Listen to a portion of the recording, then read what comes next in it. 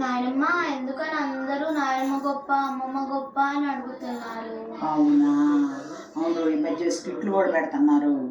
నాయనమ్మ గొప్ప అమ్మమ్మ గొప్ప కదా, అందరూ సమానమే నాన్న.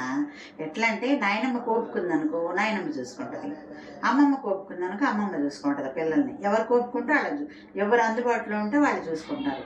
ఒక్కొక్కళ్ళకి కుదరదు కదా, ఇంట్లో పరిస్థితులు బాగుండవు, చూసుకోవటం కుదరదు, పొలాలు చేసుకునే వాళ్ళు ఉంటారు, వాళ్ళకి సాకటం కుదరదు. అట్టని అమ్మమ్మ తక్కువ కాదు, నాయనమ్మ తక్కువ కాదు. ఒక్కొక్కళ్ళు ఇంట్లో ఉంటారు కదా, వాళ్ళకి చూసుకోవడానికి అవుతుంది, చూసుకుంటారు. అప్పుడు అమ్మమ్మ అయినా చూసిద్ది, నాయనమ్మ అయినా చూసిద్ది.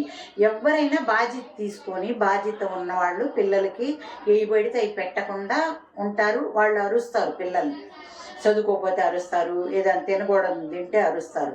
అందువల్ల నాయనమ్మ మార్చినా మీ మంచి కోసమే, అమ్మమ్మ మార్చినా మీ మంచి కోసమే. ఎవరో పిచ్చోడు చెప్పాడు అమ్మమ్మ గొప్ప అని, అది రైట్ కాదు. ఇద్దరు సమానమే, ఇద్దరు మంచిగానే చదువుతారు పిల్లల్ని. బాధ్యత ఎవరు తీసుకున్నా బాగా జాగ్రత్తగానే తీసుకుంటారు. నాయనమ్మ గొప్ప కాదు ఇందులో, అమ్మమ్మ గొప్ప కాదు, అందరూ సమానమే. ఓకేనా? ఎవరన్నా కానీ అందరూ సమానమనే చెప్పు.